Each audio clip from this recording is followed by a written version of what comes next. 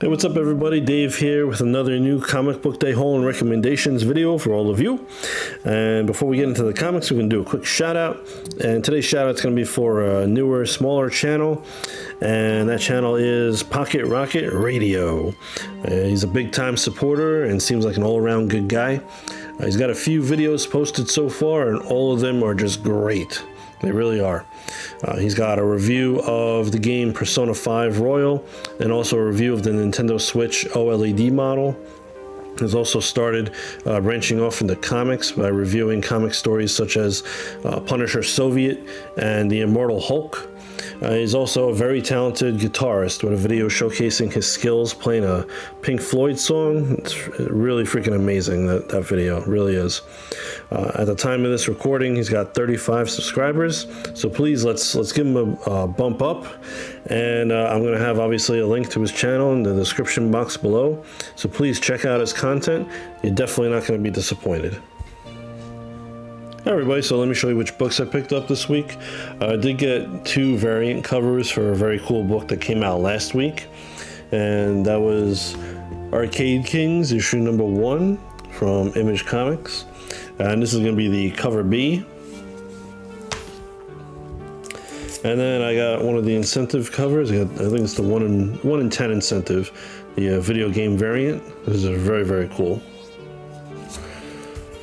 Alright, now for the books from this week, not a whole lot. I got Blue Book, issue number 4 from Dark Horse Comics, and this is going to be the cover A. And then Darkwing Duck, issue number 5 from Dynamite Entertainment, and this is going to be the cover A. And then Ordinary Gods, and this is issue number 12 from Image Comics, and this is the only cover for this book. And then Time Before Time, issue number 23 from Image Comics, cover A. And then I got two covers for The Exiled. I got The Exiled, issue number 4 from Whatnot Publishing, and this is going to be the cover A. And then I got the cover D, nice little Aliens homage cover, very cool. Hi everybody, so let me give you my top 3 favorite books from this haul. Just so you know, there are going to be some spoilers ahead, and I got my buddy Soundwave here to help me out. First book I'm going with is going to be The Darkwing Duck, issue number 5 from Dynamite. Let's jump in and check out some of the artwork here.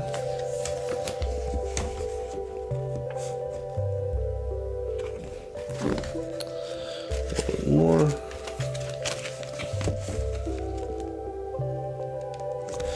Alright, Soundwave, if you would. Alright, so this series has just been so very good. It's so entertaining, and if you're looking for a nice little lighthearted, hilarious read, this series is definitely for you, especially if you were a fan of the cartoon. It's just as much fun as the cartoon, and it feels like I'm just reading episodes of the cartoon. It's so awesome. In this issue, we got a strange new company that keeps popping up all over the place, touting and selling their goods all over town, and the company even takes over the naming of the elementary school. But we got Darkwing Duck eventually figuring out that there's something evil at work here, and he ends up taking out one of the villains, the Liquidator, for the time being, and goes after the mastermind behind everything. And the mastermind has taken over the school and turned all the kids against Darkwing Duck by giving them some free candy that ends up like brainwashing them or putting them under like a mind control type of thing. So now he ends up having to retreat and regroup and try and unbrainwash his daughter. And this is a two-parter, this story. A lot of these issues tend to be standalone one-shots with each issue, but this one is definitely a two-parter. The way it ended, it's going to continue in the next issue, and it was a lot of fun. It really was. The art and the writing, they're just so incredibly accurate to the old cartoon that it's just a lot of fun to read this. This came out around the same time as Gargoyles did, and I really don't like Gargoyles, the comic right now. I'm still going to get the next issue, but that might be my last one if they don't really do anything, if it doesn't really do anything for me. But this one I've been completely satisfied with and really have enjoyed and will continue to pick up. I'm looking forward to the next issue. All right, so next one is gonna be Time Before Time, issue number 23. Let's check out some of the artwork here. Got some chaos going on here in these pages. A bit more craziness. All right, Soundwave. All right, yeah, this has been a good series, you know, from the start. It's really been a good series. The one thing that's a little bit hard to follow sometimes is all the time jumping. They jump around from different you know, time periods and such. So that can be a little difficult sometimes to remember from issue to issue what's going on in each one and such, and who's where and who's here and there. But this previous issue had a pretty interesting and explosive finale. We pick up in this issue with the character of Stan, who we found out in the last issue, has now made himself into a cyborg, and he's got parts of the robot Kevin inside of him now. The last issue, he ended up like absorbing Kevin into himself. And Stan goes on a rampage attacking the Arcola city, intending to destroy it and change the future.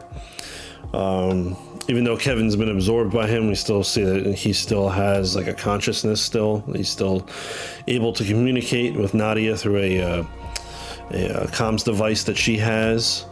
And they set up a plan to disable Stan and hopefully stop him. Meanwhile, in the year 2142, we got the bounty hunter. I'm going to apologize, I forget the character's name. I couldn't find it before recording this. But he ended up, we find out in one of the previous issues, that he actually saved Tetsuo from death.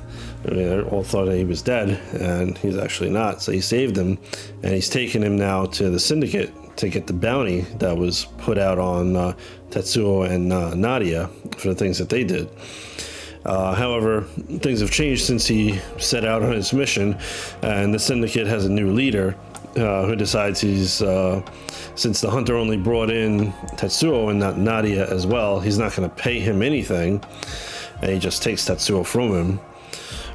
He eventually has a little go at it with Tetsuo and threatens him, basically, forcing him into service to work off his debt. So this was pretty interesting. I'm looking forward to the next arc. This was the end of this arc. You know, the next one's going to pick up in the next issue, and I'm definitely looking forward to seeing how, you know, Tetsuo is going to get out from under the Syndicate. I'm pretty much feeling like the bounty hunter, he's going to come back because he's pissed off that he got stiffed. So I'm pretty sure he's going to probably come back in some capacity and help him out. And I'm really interested to see where Nadia and Kevin end up. Kevin was able to, I guess, reconstitute his body after they disabled Stan. So I'm interested to see where they're going to go next and how all this is going to play out. And, you know, the writing was very good in this issue, the last issue as well. Last few issues, really, I should say. And, you know, the art, of course, is very unique and nice as well. And I'm really looking forward to the next issue and seeing where we go. All right, and number 3 is going to be The Exiled, issue number 4. And again, I went with the Alien homage cover. I like this one. This one's pretty cool. Wesley Snipes there on the cover. Although the character in the book doesn't really resemble him all that much. Go a little bit more interior artwork here. All right. Soundwave, thank you. All right, so this series got really interesting, and I always felt like the first issue wasn't very good, but after the first issue, things really started to pick up.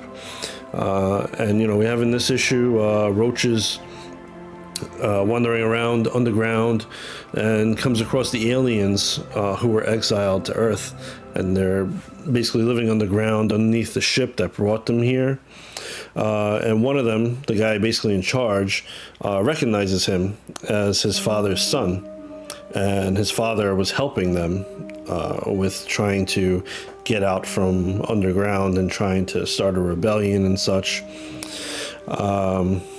Roach, he has like this strange feeling. It started, I think, in the last issue, the previous issue. His bones feeling like in pain and just feeling different and kind of vibrating and just making him feel really weird and stuff. And the alien ends up explaining to him that he is, as the alien puts it, a bone of our bones and destined to become the alien's messiah. He ends up coming to find out that he was experimented on by his father, who ended up fusing his skeleton with an alien skeleton. And during this issue, Roach ends up undergoing what the alien calls a baptism. And he gets basically like kind of transformed, like the bones, whatever they do, the bones like kind of pop out of his body, the alien bones, and just kind of engulf him in kind of like a bone armor on his body. And it actually looks pretty cool too. And the scene in the book where it happens is pretty damn crazy. But the people at the agency that Roach was supposed to be working for, start to realize that he's going to join the aliens. But they've also tracked him to where he is, which is the alien central hub, and they intend on exterminating them all, and they start getting all their troops together and getting ready for a big fight. Not really action-packed in this issue like previous issues, but it did expand the story a lot more and explained a lot of things, answering some questions that I had. They did a great job with the writing in this one, even though there's so much exposition in it. I didn't get bored, but I actually got more intrigued. And the art style is very cool. It's detailed and at times very graphic. So I'm really looking forward to reading the next issue and seeing where it goes. And I think the next one's going to be a lot more action oriented. I'm definitely looking forward to it a lot. All right, everybody, that's it for this week. I hope you enjoyed the video. If you did, please consider hitting that good old like button and subscribing to the channel. And for everybody that's already subscribed to the channel, thank you very much. I really do appreciate all of you. And leave a comment down below if you like. Give me any recommendations you have, or just say hi. I always love hearing from everybody. And also on a side note, please check out the CBC Awards website. I'll have a link to that in the description box below. It's a really cool thing that Brian LCS does for the community. So definitely check it out. And thank you, Soundwave, for all your help. It's about to run off into battle there. So until next time, be safe, be well, and I'll catch you later. I'm just